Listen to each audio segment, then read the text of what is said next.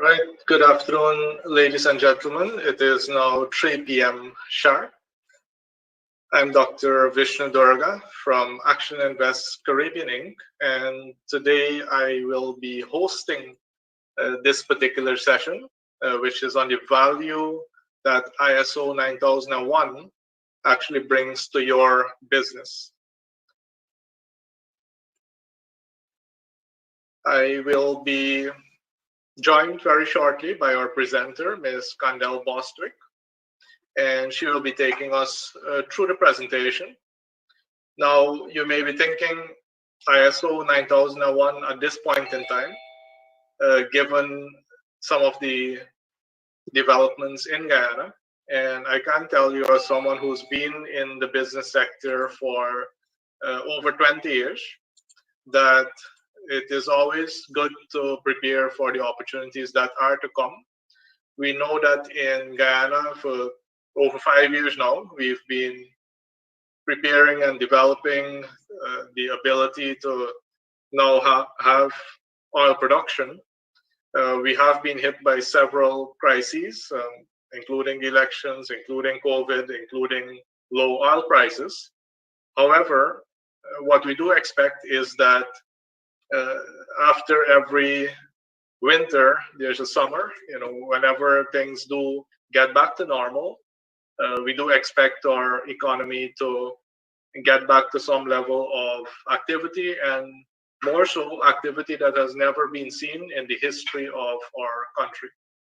Now, we can take a look at what's going on around us and not do anything at all, either freeze, or we can take a look at how will we prepare our organizations in order to be ready to compete, to collaborate, and to benefit from a new economy.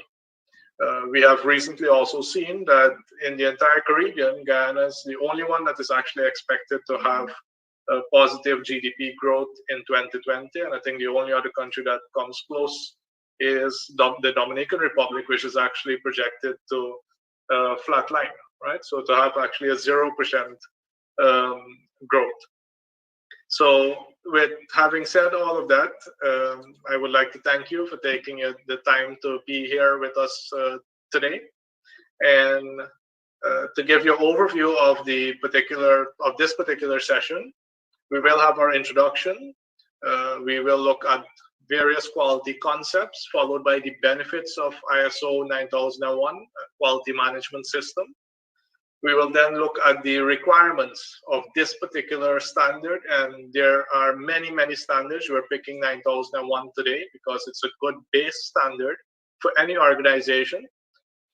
And then we'll give you a little bit about the background of Global Compliance Service Guyana Incorporated, which is a certifying body, and you'll hear more about that from Kandel.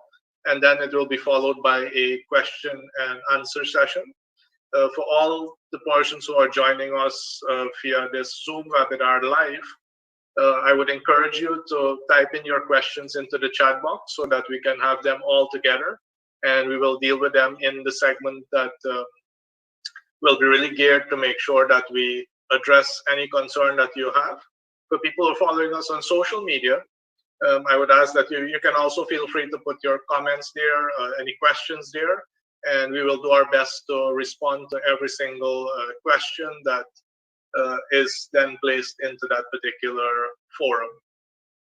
Now, my own role today is as host, and one of the key things as host today and my connection to standards in Guyana is that I have served as the chair of the National Standards Council in Guyana. I currently also serve as vice chair for GoInvest, past president for the Georgetown Chamber, and a host of other roles that I've played, that I am playing currently and have played in the past. But my core focus is making sure that organizations in our country are able to perform at the highest level of efficiency and effectiveness so that they can compete on a global scale. So for our own company, I'm the chair of Action Invest Caribbean Inc. And we focus specifically on that through business coaching, training, consulting, and a host of other services. And we do understand that the companies that are coming into our country may not be familiar with our local companies. What they will be looking for is some third party certification, such as ISO, where a third party has come and taken a look at your organization and can confirm that you operate at a specific standard. And that is exactly what GCS provides and what we support. Your presenter today is Ms. Candel Walcott Bostwick, and Candel is an authorized auditor for ISO 9001, 14001, 45001, and 22000. She is the former executive director of the Guyana National Bureau of Standards, and she has held many roles when it comes to standardization across the Caribbean, has been trained in many parts of the world as well, and really brings to the table nearly 2 decades of experience, especially when it comes to standardization. So with that, I would like to welcome Candel, and I will be providing some support as well to Candel. And Candel, you would have to unmute yourself to join. Right, so that works. Welcome, Candel. Thank you, Dr. Durga, for that introduction. I'd like to welcome everyone to today's webinar. Right, I'm very happy to have this webinar here today, especially at this time with the COVID season. We believe that the ISO 9001 standard is a standard that our local businesses in particular can consider implementing. It may be a refresher for some of you, but I'm hoping that at the end of this session, you will be more convinced to complete your quality system, or if you have completed it, to submit an application form and take the next steps. Great. So Candel, I will be in the background. It's all over to you right now, and I'll join you during the Q&A session. So over to you. Thank you. Next slide. Yes. Before we can actually speak about the ISO 9001 standard, it's very important that we understand quality concepts. And Edward Denham is one of the gurus for quality. As businesses, we indeed have to have a new philosophy. The time for defective products and errors are over a very long time ago. That should have been history by now. We have to ensure that we operate our businesses with a culture of quality. Next, please. John Ruskin. He's another quality guru. And we can only achieve quality by making deliberate efforts to achieve it. According to John Ruskin, quality is no accident.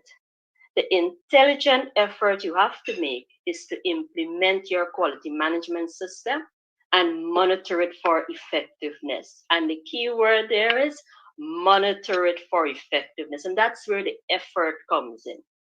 So the intelligent effort is in monitoring. Next. What is quality? Some of us may say that quality means being reliable. I can depend on you to do something for me. I can depend that you're going to provide this service to me consistently. Every time I go to your store, I can be assured I'll find that product. It can be innovation, being innovative in whatever we're doing. Some persons have added innovative measures to improve the quality of their products or services. We can also say that quality is error-free. And I'm sure you can see it by those pics that are depicted on your screen. If the manufacturers of the ATM card did not have the correct specifications for those cards, it may have been difficult for those cards to work in ATM machines globally. And likewise with the bottle manufacturers and also the manufacturers of the corks. Next. We'll look now at some characteristics of quality. When we speak to quality, we basically say that quality means conforming to requirements. So for example, as I mentioned earlier, we must have requirements that are established, for example, specifications that are to be met. So for example, the COVID-19, you've been hearing about the N95 face masks to be worn. N95 is a specification which determines the quality of those face masks for medical use. Fitness for use. The product or service must meet or exceed customers' expectations. Why make a product and offer to a customer when it will not fulfill their needs? And also, quality is customer dependent. All of us have our perceived values, and we all have our perceived definitions within our mind as to what we speak to when we speak to quality. Next.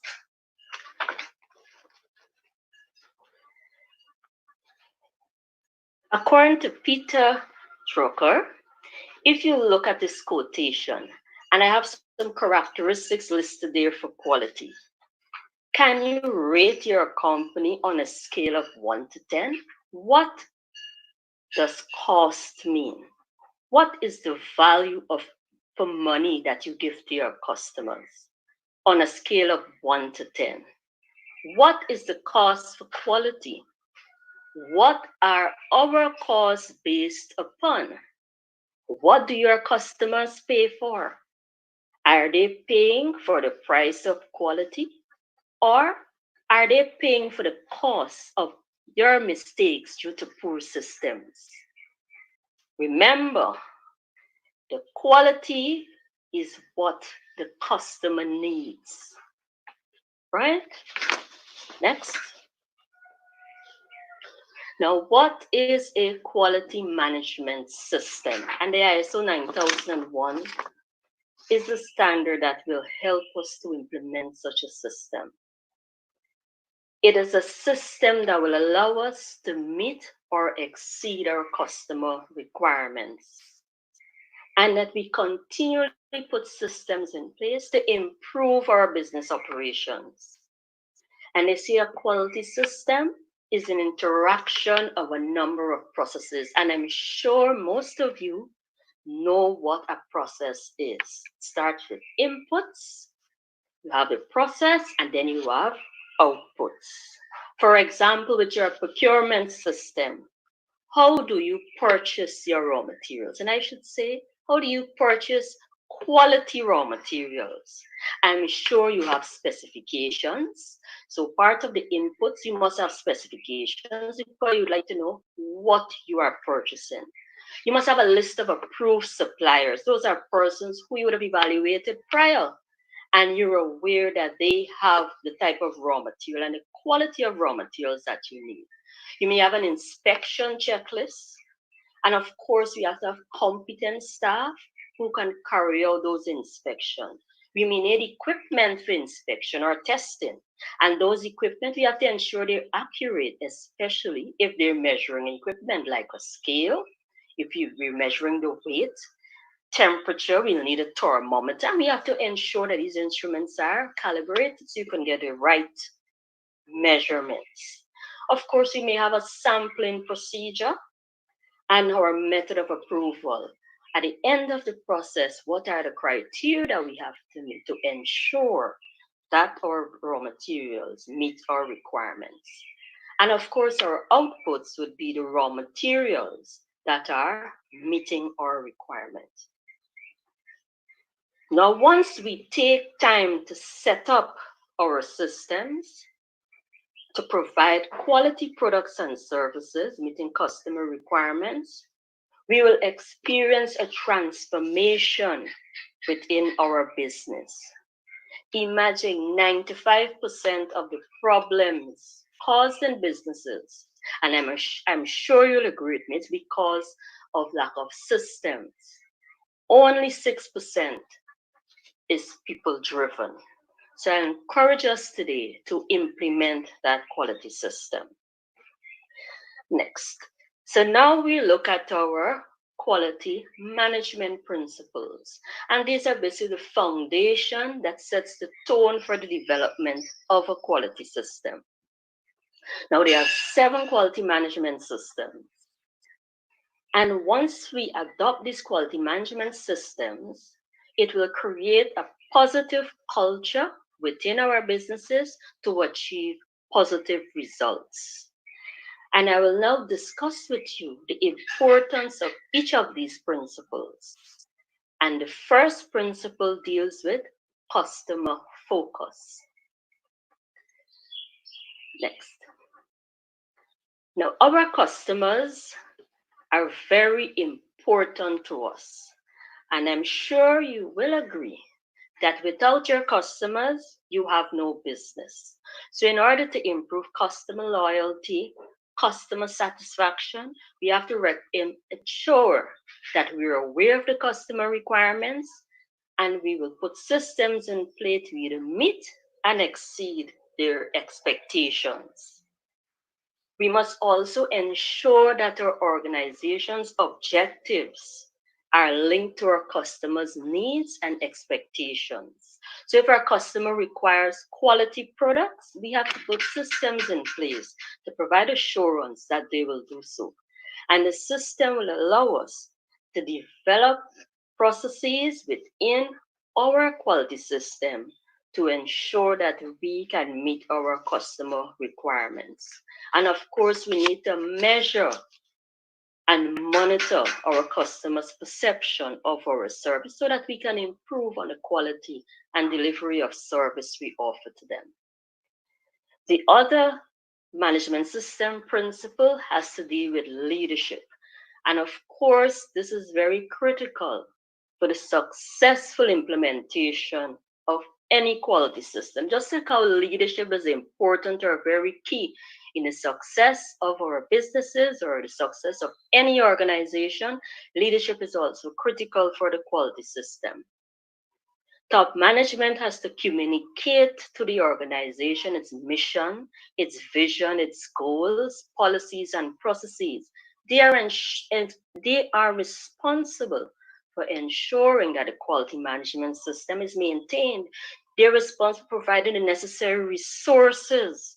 They're responsible for the type of culture created within the organization and the integrity of the quality system. So leaders at all levels of the organization have an important role to play in the quality system. The third principle has to do with engagement of people. And I'm sure by now we are aware of the importance of our staff. And it's important that we communicate with people the importance of understanding their roles and contribution towards the quality system. So engagement of people is very important, and we need to promote collaboration throughout the organization. We need to let persons feel that they're a part of the quality management system, and also we need to empower our staff, allow them to identify constraints and take initiatives to address it. We must also recognize and acknowledge their contributions towards learning and improvement in the quality system. For example, some companies may have a reward system. Some persons will also, we also would communicate to our staff our areas for improvement. We communicate with them the performance of the quality system. And when I say staff, I mean all staff. All levels of staff must be a part of the quality system. Do you know there are some companies with a quality system and the staff do not even know the policy and the objectives? That should not be.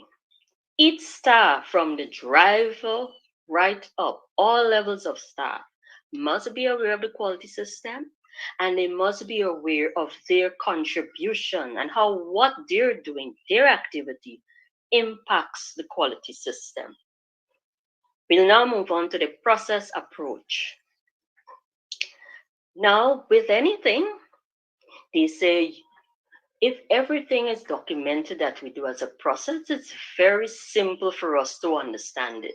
So, for example, if you look at that chart, any process that we have, if we identify the inputs, we identify the methods required, the indicators or the criteria for pass or fail, the people, the type of people, the skill set that they need, and the resources needed to carry out an activity, most of our errors and the challenges we're having will be eliminated.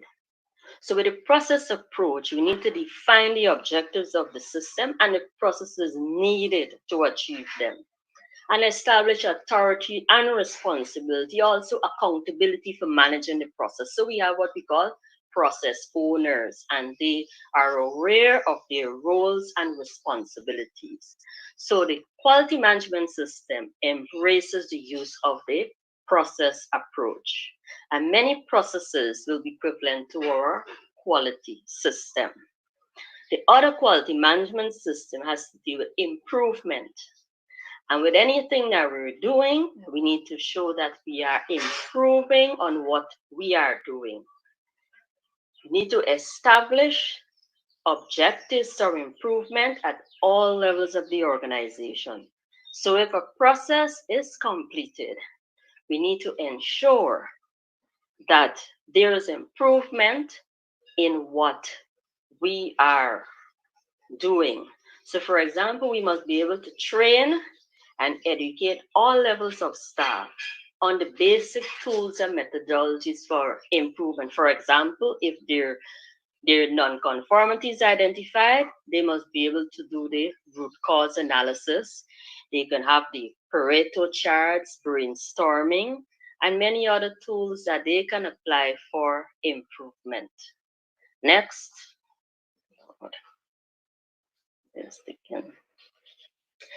Now, it says that if you can describe what you're doing as a process, you don't know what you are doing. And it's very key. I encourage you, those of us who have not mapped out your processes as yet, use the process approach, and you will see that your system will be greatly implemented. So, successful organizations have an ongoing focus on improvement. That is one of the things with the quality system. It's not static. And we use the denim cycle, which I'm sure most of us have heard before. Plan, do, check, and act. So we have to plan for the system, you implement the actions that you've planned, you check for the effectiveness, and you act on them. And that's an ongoing cycle for improvement. Next. And it's very important that we make decisions based on evidence. And I've just put this illustration for you to see how making decisions and also providing evidence is important. I'm sure that we would not want to be making decisions without the necessary evidence. And I'm sure we are not like the boss we've seen identified in the picture here, right? That setting targets would be expensive. And sometimes we find ourselves saying that it's too expensive to set targets. So it's important that we do that, and we also monitor the things that we say we're going to do. Next.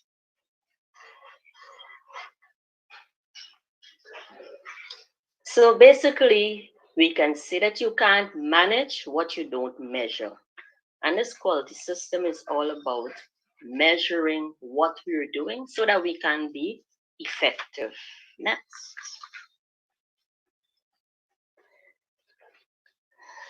Relationship management.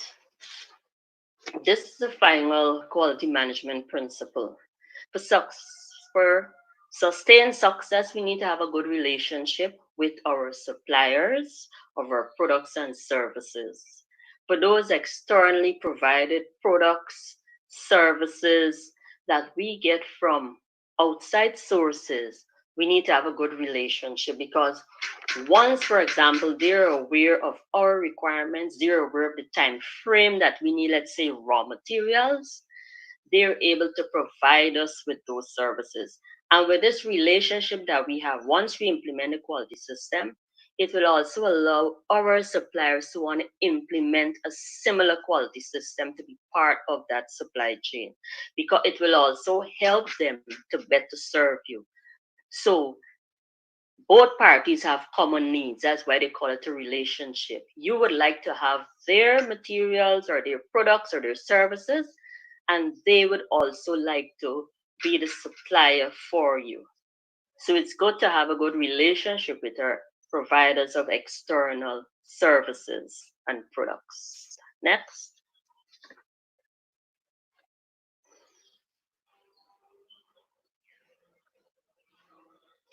So it's important that we have a long-term relationship with our suppliers. And when we look at the standard, we will see indeed that we have to evaluate the performance of those suppliers to ensure that they provide us with better quality of products and services.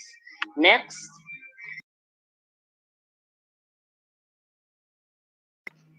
Now, what is the ISO? Why is the ISO 9001 standard the most popular standard globally? Now, implementing an ISO 9001 quality management system is a strategic decision for an organization that can help to improve its overall performance. It provides a sound basis for sustainable development initiatives. Streamlining our internal operations, as I've mentioned, with the quality management system used in the process approach, it allows us to clearly map out the requirements for our processes and our different activities. It's creating or entering new markets. So, for example, when you implement a quality system and you acquire certification, you can use a certification as your tool or one of your tools to enter new markets, because you can now provide evidence to prospective buyers that, look, I am conforming to the ISO 9001 standard that is globally known as a standard. Once implemented, they can be assured of quality products and services. You'll deliver on time.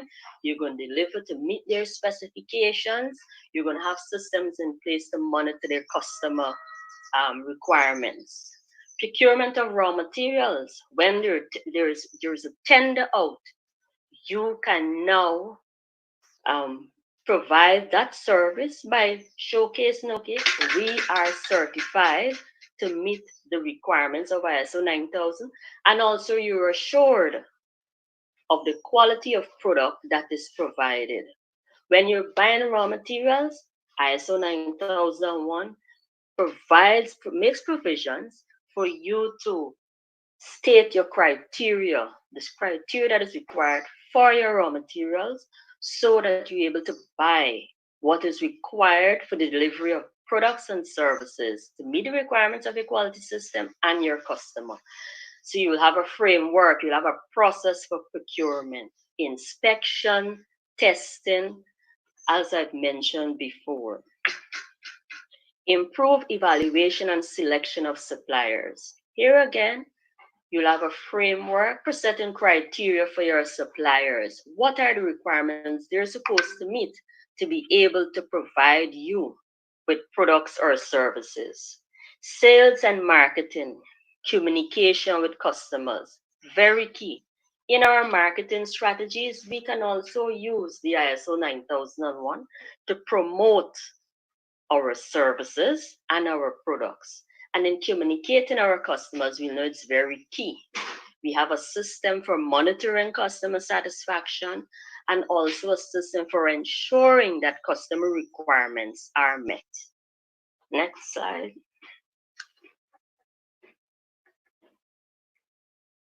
So the ISO 9001 standard is one that is very popular. We can say it's the most popular standard used globally. It enhances global acceptance of products and services. We have improved consistency of products and services. Basically, you get value for your investment, and your customers also get value for their money. Next slide. The ISO 9001 standard. Now, what is the standard? So the ISO 9001 standard, as I mentioned, is one of the most used and popularly used standard globally. We have over 200 million companies certified globally to this standard. It provides guidance and it provides a framework for meeting customer as well as regulatory requirements. So if you're a business, I'm sure your customers are your priority. And this is the standard that you need to implement if you're committed to meeting customer requirements. Next. Now we look at the structure of the ISO 9001. As displayed, there are 10 clauses in the standard. The scope of the standard basically specifies the requirements for a management system when customers need to demonstrate its ability to provide products and services to meet customer, statutory, and regulatory requirements. And it aims to enhance customer satisfaction. The audible standards clauses within the standard goes from the requirement 4 to 10. And to the side, you will see the application of the denim cycle. Plan, do, check, and act. So when we go to the next slide, you will see the layout of that standard. Right? So we have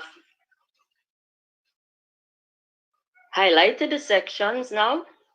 We see clauses 4, 5, 6, and 7 are the planning phases of the quality system.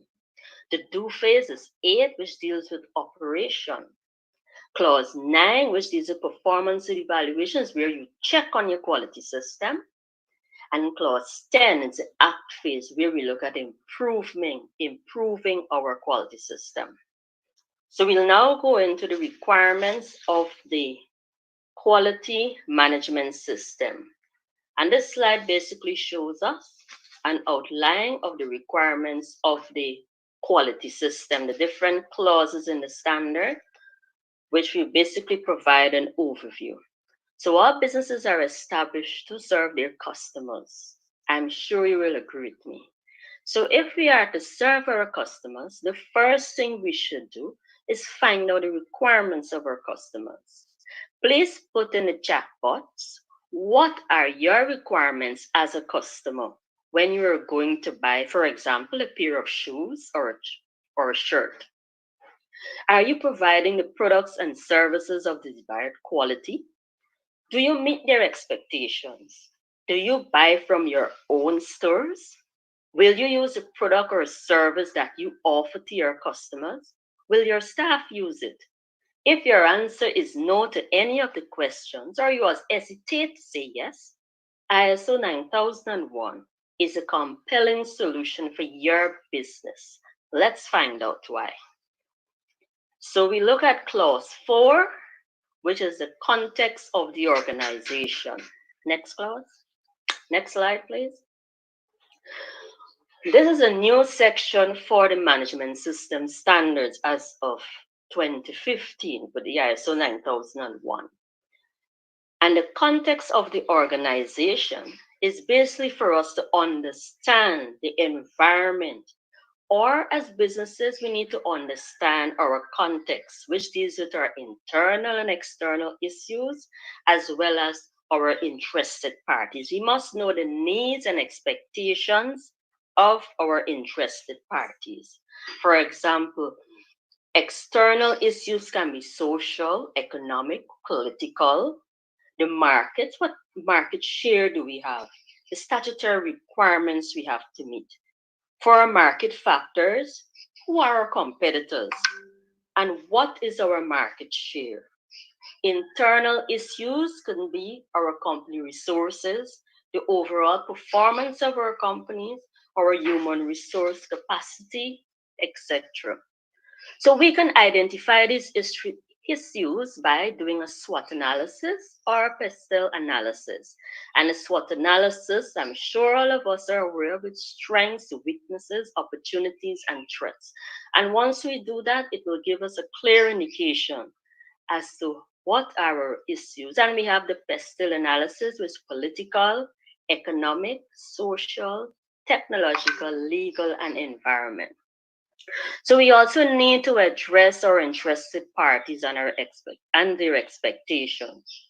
Critical processes must also be identified for the quality management system. And our critical processes, I mean, are those that help the company to make money, and also those that are critical for the effectiveness of the quality management system. For example, our internal audit process and our management review processes. Clause 4 sets the tone for the quality management system, and the results here will be used when we go to Clause 6, which is planning, to address that aspect of the quality system. The company has to place emphasis on identifying the issues which can affect the functioning of the quality management system and the expectations of interested parties. Next. You're also required to develop a scope of your quality management system. So the quality management system does not have to address all the processes in our operation. I know sometimes you might say, we're doing so many products and services, certification might be expensive, it's too much. But we can actually have one process within our company certified. For example, if you're a manufacturer engaged in the manufacture of jams and jellies, pepper sauce, ketchup, and so on, based on your SWOT analysis, you will find that, okay, you may have a market for pepper sauce. You have a lot of strengths in that area, and there are opportunities for you on the domestic and global market. So you can focus your scope on the pepper sauce line. Your scope can be the processing, packaging, storing, and delivery of organic pepper sauce. We'll now move on to clause 5, which is leadership. And as I mentioned earlier, when I was looking at the quality management principles, leadership is very important. And this clause sets the tone, and it also clearly communicates to our top management of the active role that they're required to play in planning, communicating, and monitoring the performance of the quality management system. As the business owner, you are accountable for the results of your quality management system, and also to use the risk-based thinking in the design and implementation of the quality system. So as top management, you are accountable for making this system work. You have to ensure, for example, that your quality policy and objectives are aligned with the QMS, and also they're aligned to the strategic direction of the organization. You have to promote the use of the process approach and risk-based thinking throughout your organization. And of course, you have to provide the resources for your quality management system. And it's important that you lead by example. By communicating the requirements of the quality system, its importance, and also your customer requirements to your staff. So gone are the days when we just focus on, we put all the responsibility on a management rep. This standard would now like to see the involvement of top management and all levels of top management. You're able to have your roles and responsibilities defined within the quality system so everyone knows what they have the authority to do, what they're accountable for.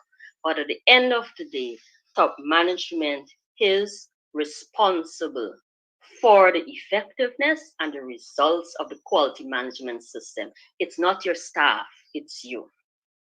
We'll go on to clause 6 now, planning. This is very important.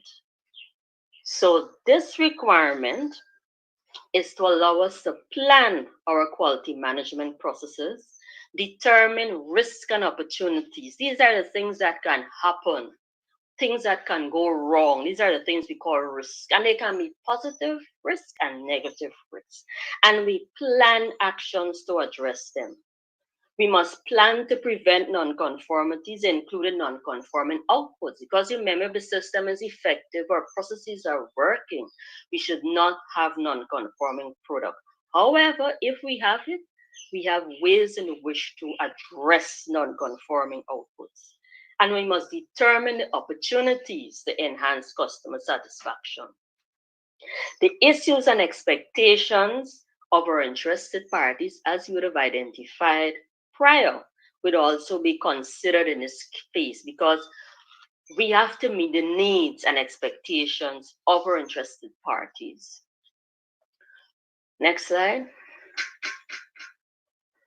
It's important that we set objectives for our quality system, which of course must be consistent with our quality policy. And all of us know by now that our quality objectives must be SMART. We must define objectives that we can measure, that are applicable to our requirements, and they're relevant to our products and services. And of course, they must be time bound. So the quality system allows us to develop our objectives. Support, very critical. Now I have an example of a risk register. Now we spoke about risk-based thinking. This is a new requirement in the standard. Instead of using preventive action, we've adopted the approach of risk-based thinking. And this is just a little sketch as to how we can prepare a risk register. The standard does not require a detailed risk assessment, but very simply, you can identify anything that can affect your process or things that can go wrong. And this matrix also gives an example as to how you can do it. You look at the likelihood of something happening and the consequences. Those listed in red are very critical. It means they can actually make us stop our process. Yellow, it's moderate. And so forth. Green, no risk to this process. We can continue working. So this is just an example as to what a risk register could look like, that we can use within our quality system to show that we've indeed adopted the risk-based thinking for our processes, and we have plans to address those risks. For support, very important for the quality system. This clause or these requirements will ensure that we provide the necessary resources needed to establish, implement, and maintain our quality system, as well as improve our quality system. So we have to identify the resources necessary, which involves our staff, our infrastructure, the equipment, transportation. When we would have looked at the process, you can recall there is a section for materials, manpower. These are the areas. So all that is required for our system to be effective is highlighted here. So resources are critical. Also, we have to ensure that our staff are competent to carry out the different activities. So we have a competence matrix for our staff, ensure that they have the desired training and experience, and we also will evaluate them. Our quality system should also be communicated throughout to our staff. They must be aware of the quality system and its effectiveness. Also, it must be communicated to our customers, right? Documented information basically speaks to those documents that are required for the quality system. And when we look through the requirements, all the requirements we see required documented information. Those are the documents like your SOPs. Where we see document retained, those are records. So in developing our process for documentation, we look at this: how do we make changes to documents? How do we identify changes? right? The availability of the documents. Because remember, if you develop SOPs for particular processes, they need to be available to the staff. And the staff need to understand them so that it can be applied consistently to reduce errors. When we have the SOPs documented, it serves as a form of training. We don't have to depend on our memory, right? So we want to ensure consistency. So having our information documented is very key. Customer communication, meeting our customer requirements is very key, as you would see in the illustration.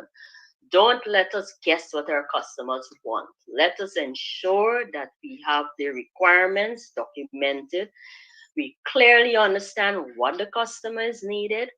If there's clarification, don't let us be lazy. Let us find out from our customers what is needed. We also need to communicate any changes in customer requirements to the relevant party. So we need to have systems for that, right? So that any changes to customer requests, it will be communicated. There is no time for excuses or mistakes within our quality system if we're going to be effective.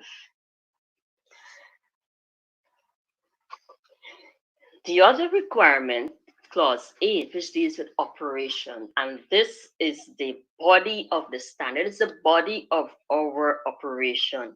It's the most important section of the standard and also our business.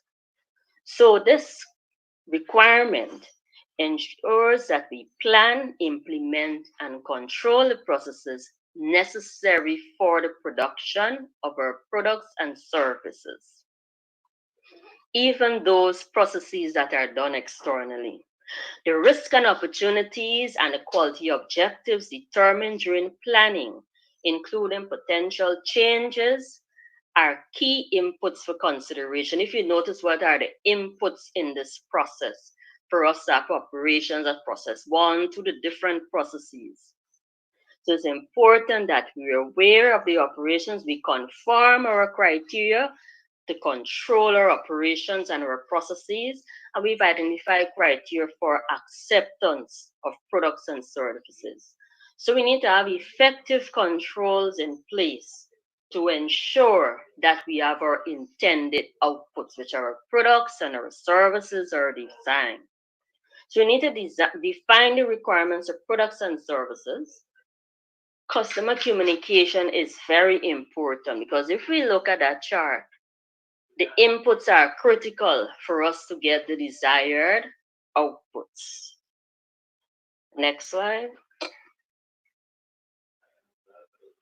So we must ensure that our customer requirements are met. It's very important that we are aware of those requirements and also we meet the needs of our customers in terms of reviewing requirements of products and services, how we do our design and development, controlling our externally provided services. It's important that the operations of our businesses are critical and they're done as planned because that is the do phase, the implementation phase of the quality system. Next. Now, after we would have implemented, after we would have done our manufacturing or processes, we're at a point now of evaluating or the check phase for the denim cycle, performance evaluation. How well have we done? Have we met our targets? So this clause is there to ensure that we conduct monitoring, measurement, analysis, evaluation to ensure that we determine the intended results that are to be achieved. It's very critical. And I believe that many businesses will have to focus on this area because many times we do, but we do not monitor and evaluate. We do not analyze to check to see how well we are doing and how can we identify areas for improvement. So firstly, we need to identify what will be monitored and measured. What will we monitor in our quality system along our process line? Is it temperature? Is it time? Is it quality? What are we going to monitor? Is it the time taken for a particular process to be completed? Is it our delivery time? How often have we met our delivery time within the past month, 2 months, or 3 months? How much time will it take for us to complete the mixing process? When will you monitor and measure? What about our customers' perception? How do we monitor the perception of our customers to find out the degree to which our products or services would have met their expectation? Businesses are also required to analyze data received from monitoring and measurement. So you have the data. We don't just leave it at the shelf, but we monitor and we measure the data. Most important to determine effectiveness, conformity of the product, and specifications. We have to ensure that our customer requirements are met. In order to see that our system is effective, we not only monitor in our production processes, but we also have to monitor the quality system. And two ways of doing that monitoring is to do internal audits, where we audit our system to see how well we would have met the requirements of the quality system and also how well we would have met the objectives that we would have set for our quality system. So we do an internal audit. And then top management will now do an evaluation or analysis to determine the effectiveness of the quality management system. So there's where we have our management review. So these are two tools that we use to monitor the effectiveness of our quality system in terms of our performance evaluation.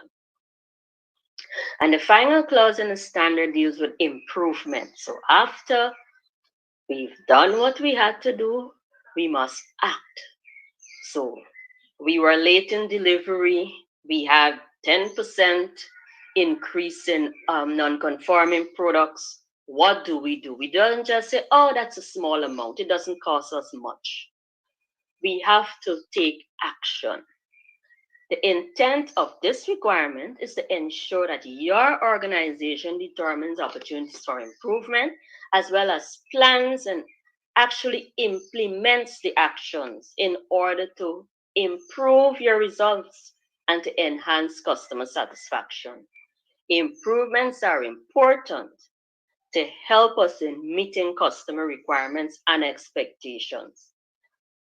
So, we would also want to ensure in cases of non-conformity that our corrective actions are effective so that we will not have a repeat of those non-conformances. So implementing a quality management system is invaluable. And I will challenge all of you, once you're a business owner, to ensure that you have a copy of the ISO 9001 standard and you start the process. Because as testimony by Gary Lee and NTUC Fair Price, they have given us a testimony that implementing a quality system is invaluable to the organization as well as your customers. Next slide. Yes, so that brings me to the end of ISO 9001. I'd just like to share with you a bit about Global Compliance Service. Now, after you would have implemented your quality system, or based on the requirements you've already been addressing most of what is there, we will encourage you strongly to send an application to Global Compliance Service because we are accredited by the International Accreditation Service, which means that the certificate that we issue to you is globally acceptable. We are resident in Guyana, which makes us more accessible to you. And we provide competitive prices for our certification services as well as our training services. And of course, we're supported by a professional and competent Guyanese team. The certifications that we issue to you, we can assure you, will improve the competitiveness of your business. And don't be afraid. We have certified companies in 36 countries, and we have 12 companies already certified in Guyana. So I encourage you to get on board. Next slide. And this is just a display of our certificate, which can also be verified on the IAS website. Also, I'd briefly like to tell you, if you're already certified, we also encourage you to join our list of companies that are certified. Our transfer process is very simple. It will cost you nothing additional for your current certification. We will meet and we promise you that we will exceed your expectations. So call us when you're ready.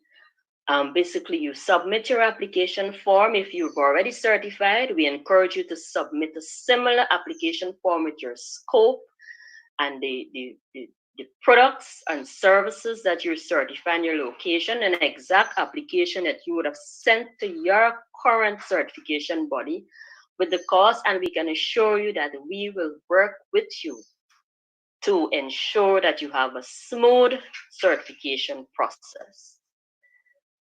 We have a team of certified auditors, or I should say approved auditors, the Global Compliance Service. You have David Durga, who's a provisional auditor, and yours truly. And we can perform audits on 4 management system standards to date: the ISO 9001 standard, the ISO 45001 standard, which is occupational safety and health, the standard for food safety, which is ISO 22000, and the standard for environmental management systems, ISO 14001. And you have a sample of our accreditation or application form. And basically like to end with this quote for you. So the one thing that you can do as a consumer is give your clients the best product and service at the lowest cost. You will always be leading in your industry. Next. Right. So thank you very much, Kandel. Fantastic information. And we're now at the question and answer segment. So I hope that you're ready. I don't know if you need any water to deal with all these questions. And I do see quite a few people applauding your presentation as well. So that's very good. You received quite a few questions that came in privately. So I'll start going ahead. Have you certified are there any GCS certified companies in Guyana currently? Yes, we have 12 companies certified by GCS in Guyana. Okay, so we already have 12 entities. Is it possible? So some of the companies are saying great information. However, is it possible to provide a presentation just to my own company so that the rest of my management can understand more about ISO and how it applies to my specific company, so their specific company? Is that possible? Yes, it is possible. We can provide a presentation to the company. Yes, so they can contact our office and we can make arrangements for that to happen. So, and again, I would suppose with COVID, you also might have the option of doing it via Zoom instead. Yes, we'll use the Zoom process. Right. And then someone is asking as well, is this only for companies that produce goods, or can it also work for service-based companies or research-based companies? The ISO 9001 standard is applicable to all types of companies from all sectors. Product, service, you can have a company with 1 staff to one with 1,000 more staff. So it's applicable. Your quality system, the smaller your organization is, your quality system will not be as complex as a larger organization. So it's applicable to both areas. And then a very similar question also comes up, and you can leave yourself unmuted, Kandel.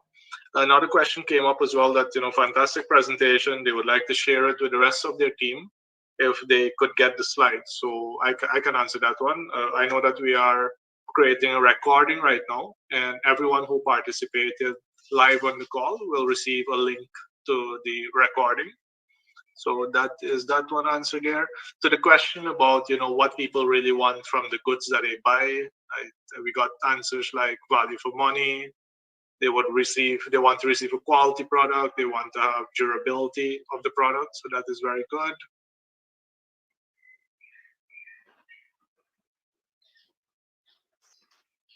Just make sure here I get all the questions. What is your process for receiving a quotation for ISO certification? The process for the quotation, once you complete our application form, which you can get from our website, or you can contact us, we can provide a copy of the application form and you'll get your quotation within 24 hours. Do people have an obligation to go with GCS if they receive a quotation from GCS? No, we're open to competitive prices, and we would also encourage persons to also look at prices from other companies. You're not compelled to go with us, but we encourage you to utilize our services, which you will find more affordable. If a company is now thinking about becoming ISO certified, but it might still be 6 months or a year in the future, is it okay for them to request a quotation now for their budgeting purposes? Yes, that will be very good, and it will be important in their planning, especially if they've identified the scope that they would like to have certified, because that will be important on the application form, defining the scope. And if they have more than one locations, to identify the locations or the number of locations that they would like to have certified. Very good. And then I see one here that I think you touched on. I'm still going to ask, does GCS provide training for the organization's staff when it comes to quality management systems? Yes, we can provide training at the organization for its staff. This one here, I got an ISO quote from an international company, and they mentioned I will have to pay for their flights, accommodation, expenses, and I see here plus 40% extra. Not sure what that means. When you provide a quotation, do you also need to fly around, or so? How do you also have to quote for flight, accommodation, and expenses? Do you charge for that? No, that's the beauty of having this certification body resident in Guyana. Your accommodation fees, the airfare for the business class, and probably staying at the Marriott and so forth, all of that you will save as a company. Only in probably extraordinary circumstances, we may have to bring in auditors from overseas.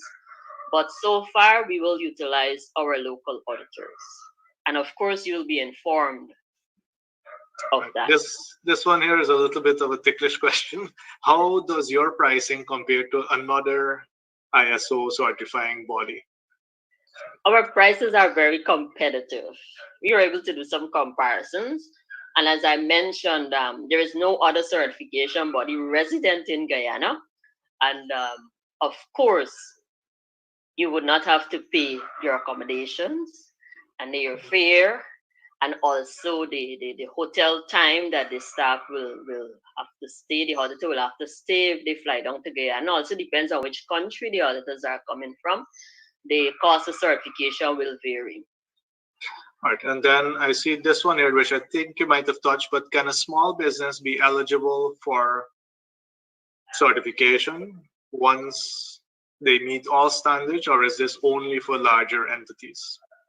No, as I mentioned before, ISO 9001 is applicable to any standard. I mean, in Guyana, we've seen many of the larger businesses becoming certified, but with the oil and gas economy and what is going to happen for Guyana, I will encourage the small businesses to get on board sooner rather than later. And ISO even has information online where you can see how you can implement your system, the results. There is a document for implementing ISO in small businesses. So ISO has also catered for smaller businesses. All right, and then I see here someone would like to have the certifications that are offered to fit the risk and security arena. And I know that I've seen documentation about specific certifications for security. I don't know if you want to touch on that now, for risk and security areas. Yes, we can offer that certification, but we will the risk standard, the 9001 requirements are included there. So what we would propose in that case is to have you certified to the ISO 9001 standards, so you'll get the accredited certificate, and also to the security or the safety standard. So you will have a combination certification to both standards. Good. And then we have another question. Where can persons receive guidance or training that would allow them to reach that standard? So I think you touched a little bit on that. Yes. But I don't know if you want to go deeper on it. We can provide training on the quality management system, and our training is very detailed, and it provides interpretation of the requirements of the standard. We have a training ISO 9001 introduction, and also there is one for the interpretation of the requirements of the ISO 9001 standard. And I can assure you, when you complete that class, you'll know exactly what to do when you return to your location. So we can provide training. We cannot provide consultancy services. That is, we cannot help you to implement the system, but we can probably provide some suggestions to you of persons you can utilize. I can probably communicate that the Guyana National Bureau of Standards has a business support department that provides technical assistance to companies implementing the ISO 9001 standards. So you can also contact them for that aspect. Thank you very much. And I must also state that, my own company, we had also joined the GNBS support unit, and they have helped us get to a significant level in terms of ISO 9001 compliance. And then for other portions as well, you also have the Center for Local Business Development, that if you are in alignment with the oil and gas supply chain, you may also be able to benefit from their support. So please check the GNBS, please check the Center for Local Business Development for additional support. I have a question here as well. Yeah, they would love a recording of the session, but then also, how do we access an ISO compliance manual?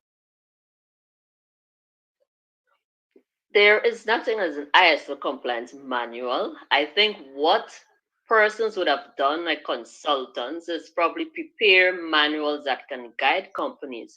But based on my experience, it's always good if you work on the system yourself, because at the end of the day, you have to implement the system.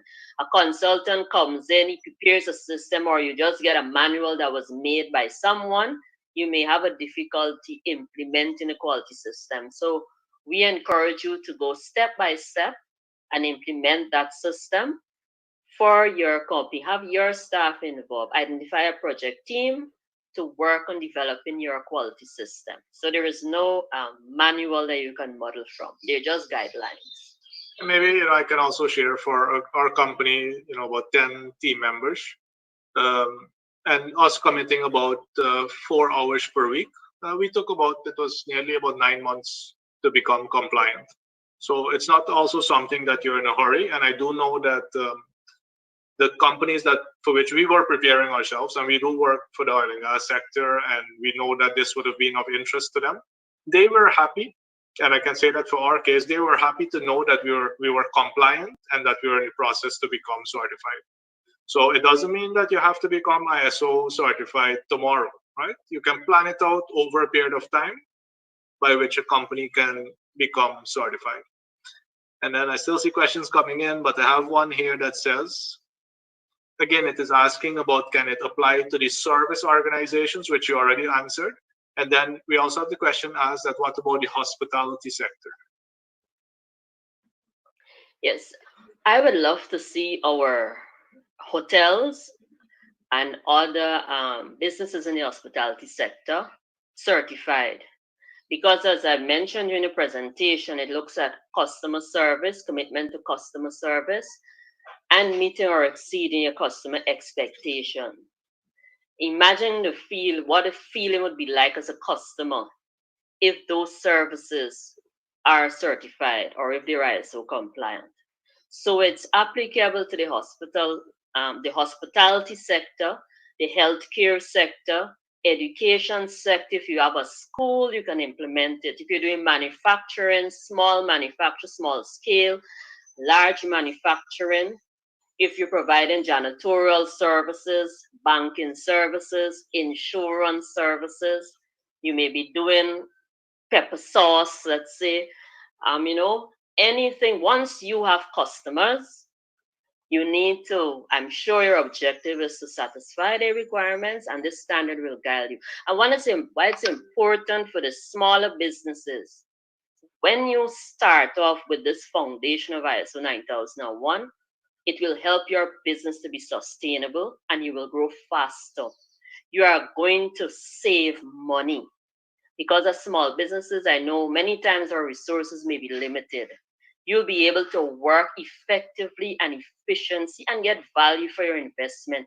You're going to buy raw materials that are meeting your specifications. You won't have to go and cut costs and cut corners because you got poor quality raw materials, but you can't dispose of them because of the investment you've made. So it's good if you're small, you can start. The system is not complex. The system does not tell you what you have to do and how you have to do it. You just have guidelines that you have to follow. The requirements in the standard that may not be applicable to you, you do not have to implement. For example, if you're not measuring anything, you don't have to implement requirements about having calibrated and verified equipment. So it's not everything in there will be applicable. You work with the requirements. And once you go through the training, you'll be able to clearly identify what areas are suitable for you. Thank you very much. And I must also say, sometimes people ask me, well, Vishnu, how come you can be involved in 1,000,001 things? And I can guarantee you it is because of the level of systems that we have really allows me to not have to be involved because I can depend on the systems and I can depend on the people who are running the systems. You can't blame your team if you don't have any systems for them to operate, right? So, all right. So getting down to the last couple of questions, and a lot of compliments coming in for the presentation. So Kandel, really great job. Really great job. We also have a question, the interpretation classes, which I suppose is, you know, the ISO training. Is it billed separately from the actual certification? Yes, the training is separate from the certification. The certification is a different process where you actually would have had a system implemented and you go through the audits and to complete the certification of your company. But the training is separate.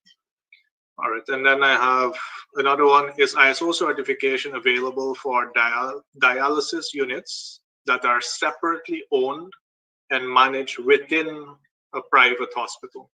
So let's assume the private hospital is not ISO certified. Yeah. Can a unit that is operating there become certified? Yes, it can be, because that unit will provide assurance and a quality of dialysis services that it's providing to the hospital. All right, that's very good to know. I think I've exhausted those questions. I do know that we also have Mr. David Pope on the call, who is the CEO of GCS USA. So I did want to also ask him a question. So David, can you confirm if you're on the call? Yes, yes, Vish. So thank you for having the opportunity to present, and thanks, Kandel, for that detailed presentation. So David, maybe I would like to ask you as well, is now a good time? Is now a good time for companies to get involved in ISO preparation and certification? What's your thought on that? Well, Vish, from a external perspective, I have had much collaborations with several certification bodies, and of course, you know, GCS. We operate in many different countries, and a lot of businesses, a lot of government sectors right now are looking at the market right now is has pretty much frozen, right? And businesses are asking the question, how shall we proceed? Shall we invest? Shall we hold up? Shall we postpone until next year? And I think that what we are seeing so far, because a lot of the businesses, they need to go based on how the government goes. They need to look at look at several factors. But I think Guyana is very unique, and Guyana is in a unique situation where, as you mentioned earlier, Guyana is one of the countries, that will continue to see a rise in opportunities within this year and within next year. There are some countries that will be actually receding, that will be going into a recession. The opportunities are closing up, but you need to look at your particular sector. You need to look at your particular industry, country. Seeing that from an external perspective, from an international perspective, Guyana is opening up. The opportunities will continue to open up. The GDP, regardless to the oil and gas, regardless to the volatility in the markets, will continue to grow. I have heard companies speak to me personally about they knew about the oil fine back in 2015, but they actually waited, and now everybody is trying to play catch up, trying to go into Guyana right now. Now is the time to invest. From a Guyana perspective, for Guyanese companies, now is the time to invest, because the opportunities are going to open up, and they will see benefits in investing right now. As there are countries that I will not give that advice. I will say, hold on, wait until the market settle. But from the unique perspective in Guyana, now is the time to invest. Now is the time to be certified, to be competitive, because we'll see those markets continue to open, regardless of where the United States, the UK, other parts of the world goes. So I would say yes, now is the time to invest.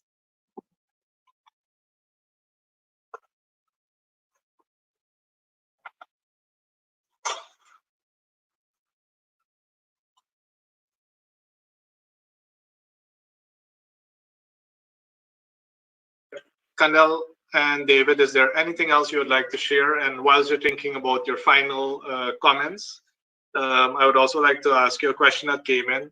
Can government entities or NGOs also be ISO certified? Right, so you'd have to unmute yourself. So Kandel, you yes. want to take us? Okay, so David, go ahead. Sorry. Okay, yes, government entities can be certified. In Guyana, we have a few of them that are certified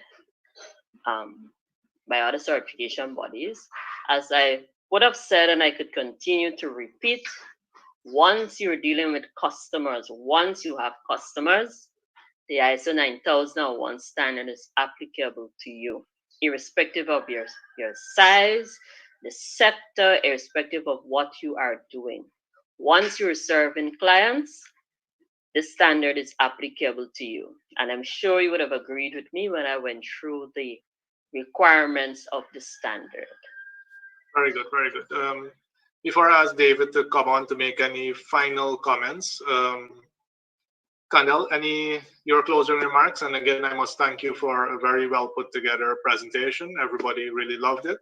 But any final advice before we close off the presentation? Yes. What I'd like to say is that I'm indeed happy to have been provided with this opportunity to share with our business community and with our viewers the benefit of ISO 9001 standard. I know it's not new. We've been hearing about this standard over the years, but we believe that at this time in Guyana's development, it's very important that our local businesses take a serious note as to what is happening in Guyana and get on board. It is not like we were 10 years ago, but we have to look ahead. Many competitors will come to Guyana to compete with your products. And I know many times you would hear about persons complaining that the foreign companies are coming to take away our business. This is the opportunity that we have to stay in the market and stay on board. Once you have ISO 9001, you could compete with the largest company because you will be able to manage your resources better, be more effective and efficient. And it will provide opportunities for you to improve your business, improve your competitiveness, improve your way of operating. And once your customers are satisfied and you exceed their expectations, they will be loyal to you and they will even tell others about your product and your service. So I will encourage us, those who here, those of us we can tell our businesses that we're associated with, we know about the businesses, other business owners who would have had a business, and we know that, okay, the product and service may not be at the desired level. We can encourage them to implement the ISO 9001 standard, which is also the foundation for all other management system standards. Thank you. Thank you very much, Kandel. And David, any closing comments? No, Vish. Thanks a lot. Great. All right, so that brings me to the end of this presentation. I thank everyone for joining us today. And for those of you who attended live by Zoom, please expect a copy of the presentation. And as Kandel mentioned, if you are interested in having the team from GCS visit your organization and talk to you more about what GCS can do for you. If you are already ISO certified and you want to know the benefits of moving your certification over to GCS, please make contact with the team and they'll be able to really provide you with that feedback as well. So thanks again for your attendance today, and I look forward to bringing more such presentations to you at this point in time so that we can prepare ourselves, we can prepare our organizations for better times ahead. Thank you very much.